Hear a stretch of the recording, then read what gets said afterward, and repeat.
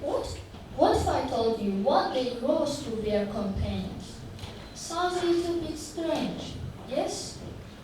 But actually, these years, technology is developing very fast. We have new AI technologies, AI-based cars, and other modern technologies. If we bring welcome robot companions to our lives, it will benefit us. One of the biggest advantages of robot companions is their ability to help people who are lonely or isolated. According to a 2020 report, 1 in 4 elderly adults experiences social isolation globally, and loneliness is now considered as harmful to health as smoking 15 cigarettes a day. Millions of elderly adults live in an empty home with little to no social interaction. For them, a robot companion isn't a replacement for human connection. It's a lifeline. It can hold up a conversation, can remind them to take their medication, and provide a sense of presence that eases the silence of an empty home.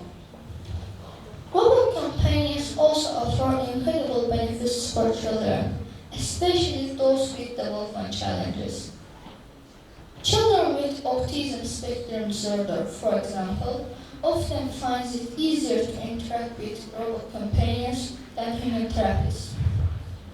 Robots are calm, predictable, and non-judgmental. They do not send confusing social signals.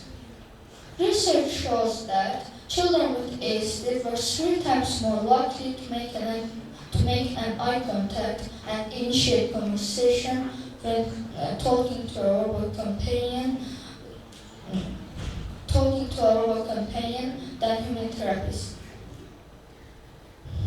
With ASD affecting approximately 1 in 36 children in USA alone, this kind of technology has the potential to reach millions of families who need support. For a child who finds the world overwhelming, a robot companion can be the bridge between isolation and connection. Some people argue that friends and family make robotic companions unnecessary, but this misses the point. Human relationships have real limits. Friends have their own lives, own schedules, and at 3 a.m. during an anxiety or long illness, the people we love simply cannot always be there. Robot companions can fill those gaps without replacing human bonds. Mental health is another matter. With over 970 million people across worldwide having mental health disorder and 75% in low and middle income countries receiving no treatment at all, there simply isn't human therapists in the world to meet the demand. Robot companions can help as a first layer of support, not to replace professionals, but to be the people someone to talk to.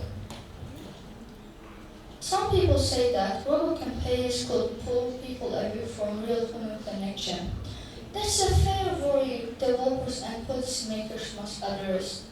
The goal is to support human connection, not to replace them. And the well-designed robot companions should actively encourage real-world connection.